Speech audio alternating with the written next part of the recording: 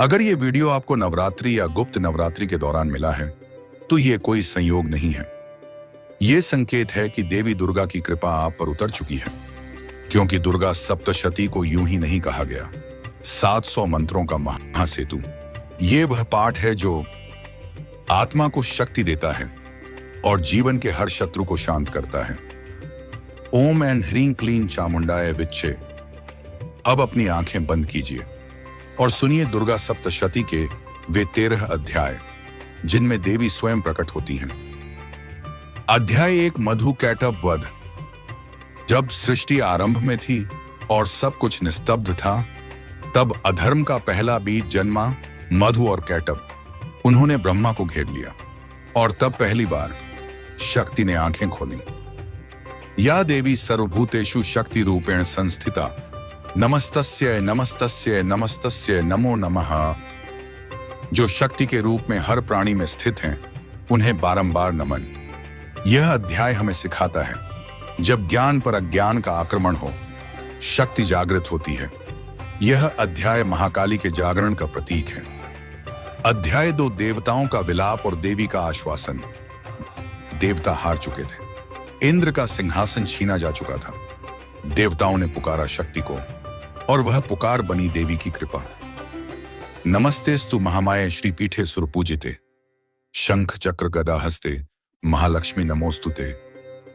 हे महामाया, हे महालक्ष्मी, हमें विजय दीजिए। यह अध्याय दर्शाता है जब श्रद्धा से पुकार होती है तब शक्ति उत्तर देती है। अध्याय 3 महिषासुर का वध। जब अहंकार साक्षात रूप में महिषासुर बन गया और उसने देवताओं को रौंद डाला, तब शक्ति ने वह रूप लिया जिसे ब्रह्मांड भी सह नहीं सका। महालक्ष्मी सिंह पर सवार वीरता की मूर्ति। देहि सौभाग्यम आरोग्यम देहि में परमम सुखम, रूपम देहि जयम देहि यशो देहि द्विषो जहि। दुर्ग स्मृता हर्षि भीतिम शेष जंतो, स्वस्थ है स्मृता मतिमतिव शुभा ददासी। यह अध्याय बताता है मालिक बन चुके अहंकार को केवल आंतरिक शक्ति ही हर सकती है। यह चरित्र विजय, सौंदर्य, आरोग्य और यश की प्राप्ति का प्रतीक है। अध्याय 4 देवी की स्तुति और चंड मुंड का वध। शुंभ और निशुंभ के सेनापति चंड और मुंड ने जब चारों दिशाओं से देवी को घेर लिया, तब देवी ने अपने भीतर से एक और देवी को प्रकट किया, भयानक, विकराल, और नाम था काली। ततो भिरुणकांत्यासा ज्वलत भनु समान्ना, प्रादुरासीन महाशक्ति कौशिकीति निगद्यते। कौशिकी देवी से विकराल काली प्रकट हुई। सा खड्ग मुंडालिकया चंडम च मुंडमेव च, प्रसाद्य सिंहम आरुह्य निन्यतां स्तुति मुत्तमाम। काली ने दोनों असुरों का वध किया और देवी को चामुंडा की उपाधि मिली। यह अध्याय बताता है कि जब परिस्थिति विकराल हो जाए, तब भीतर की शक्ति को विकराल बनाना पड़ता है। अध्याय 5 रक्त बीज की उत्पत्ति और संकट। अब युद्ध और गहरा हो चला था। शुंभ निशुंभ ने भेजा रक्त बीज, एक ऐसा राक्षस जिसकी हर एक रक्त की बूंद से एक नया राक्षस जन्म लेता था। देवताओं में भय व्याप्त हुआ। ततोभ्य धावत सरिपुं जिघाम सुरसुरेश्वर, रक्त बीजो महावेगम तदा देव्याः समन्ततः। रक्त बीज ने सब ओर से देवी पर आक्रमण किया।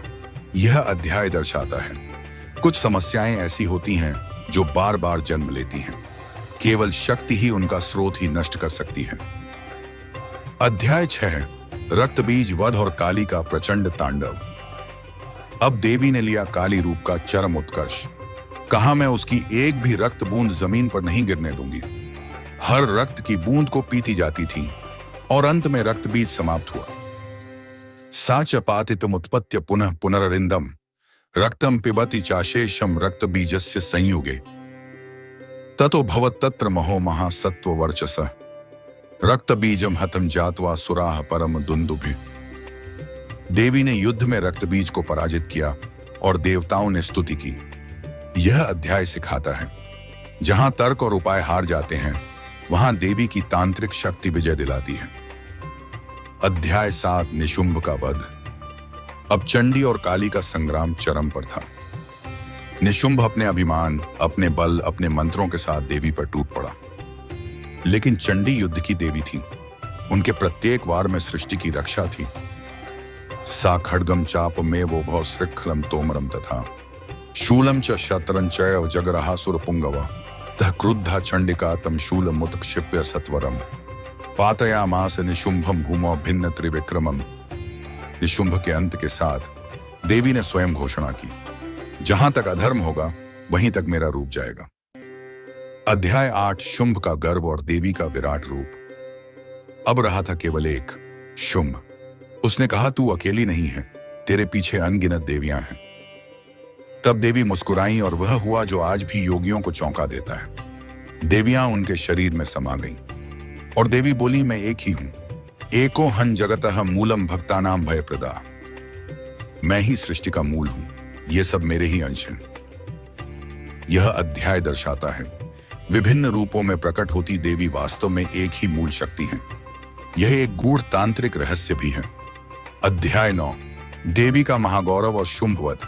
शुंभ ने आखिरी बार युद्ध किया, धर्म और अधर्म का अंतिम संघर्ष, लेकिन देवी की मुस्कुराहट में ही अंत था। उन्होंने उसका अंत किया और समस्त सृष्टि ने पहली बार चैन की सांस ली। ततो हृष्टा स्वराणा देव्यमालोक्य तनरणे शुंभम निहतमिशानम मुक्त्वा पुष्पवर्षिणः देव्युवाच मम वै परं रूपम साक्षात् परम दैवतम अहमेवात्र सृष्ट्यादो स्थिति संहरणम तदा। देवी का यह घोष, मैं ही सृष्टि हूं, मैं ही संहार हूं, श्रद्धालु को भीतर से झकझोर देता है।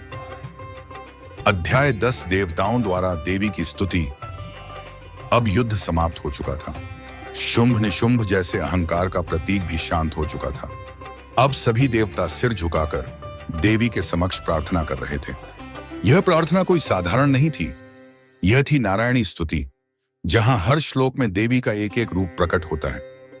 शरणागत दीनार्थ परित्राण परायणे सर्वस्यार्ति हरे देवी नारायणी नमोस्तुते सर्वस्वरूपे सर्वेशे सर्वशक्ति समन्विते भयभ्यस्त्राहिनो देवी दुर्गे देवी नमोस्तुते जयंती मंगला काली भद्रकाली कपालिनी दुर्गा क्षमा शिवा धात्री स्वाहा स्वधा नमोस्तुते। यह अध्याय हमें देवी की पूर्णता का अनुभव कराता है। वह रक्षक हैं, संहारक हैं और निर्विकार भी। अध्याय 11 देवी का उत्तर और वरदान। देवताओं की प्रार्थना से प्रसन्न होकर देवी ने वचन दिया, जब जब तुम्हें संकट होगा तुम मुझे पुकार लेना, मैं सशरीर आऊंगी। यदा यदा ही देवेषु विकारो भूतधनोपमे तदा तदा मया युक्ता विकारस्तम निवार्यते मम माहात्म्य श्रवणम पठनम च विशेषतः शुचिना यह करोत्येष स भवेद भयम तथा। यह अध्याय बताता है कि सप्तशती का पठन या श्रवण करने वाला भय से परे, विजयी और धर्मयुक्त जीवन जीता है। अध्याय 12 फलश्रुति। अब देवी स्वयं बताती हैं कि इस ग्रंथ को सुनने मात्र से ही क्या क्या फल प्राप्त होते हैं। पठनम श्रवणम चैव नित्यम यह कुरुते नर सर्व दुख विनिर्मुक्तः सुखम लोके च गच्छति शत्रु बाधा निवारणम पुत्र प्राप्तिर भविष्यति राज्यं लभेत शीघ्रम च सर्वान् कामान् वाप्नुयात्। इस अध्याय के पाठ से शत्रुनाश, संतान प्राप्ति, यश, राज्य, सुख और पुनर्जन्म में सद्गति मिलती है। रोगान शेषानपहंसि तुष्टा रुष्टा तु कामान सकलान बीष्टान त्वामाश्रितानां न विपन्नराणाम त्वामाश्रिता ह्याश्रयताम प्रयांति। यह श्लोक साक्षात चमत्कारी है। देवी की शरण में गए व्यक्ति का कभी पतन नहीं होता। अध्याय 13 सप्तशती का समापन और भविष्यवाणी। इस अंतिम अध्याय में ऋषि मेधा द्वारा राजा सुरथ और व्यापारी समाधि को इस दिव्य उपासना की पूर्ण विधि बताई जाती है और भविष्य में उन्हें फिर से देवी कृपा से राज्य और मुक्ति दोनों मिलने की भविष्यवाणी होती है। मम महात्म्य में तच्च यह पठेत सच भक्तिमान स भवेद दारेश्यामि तन नित्यम परिपालयत सप्तशतीमिमाम नित्यम त्रिसंध्यम यह पठेन नरः धनम धान्यम सुखम पुत्रान सौभाग्यम लभते ध्रुवम। यह अध्याय सिखाता है श्रद्धा और निष्ठा से किया गया पाठ न केवल वर्तमान को बदलता है बल्कि भविष्य भी। दुर्गा सप्तशती कोई कथा मात्र नहीं है, ये 700 बीज मंत्र हैं जो आपके जीवन की हर बाधा को काट सकते हैं। अगर आपने इन 13 अध्यायों को श्रद्धा से सुना है तो अब देवी आपके जीवन में प्रवेश कर चुकी हैं। अब यह शक्ति सिर्फ आपकी नहीं रही, किसी और को भी भेजिए जिसे इसकी सबसे ज्यादा जरूरत है। कभी कभी हम देवी का संदेश बनते हैं।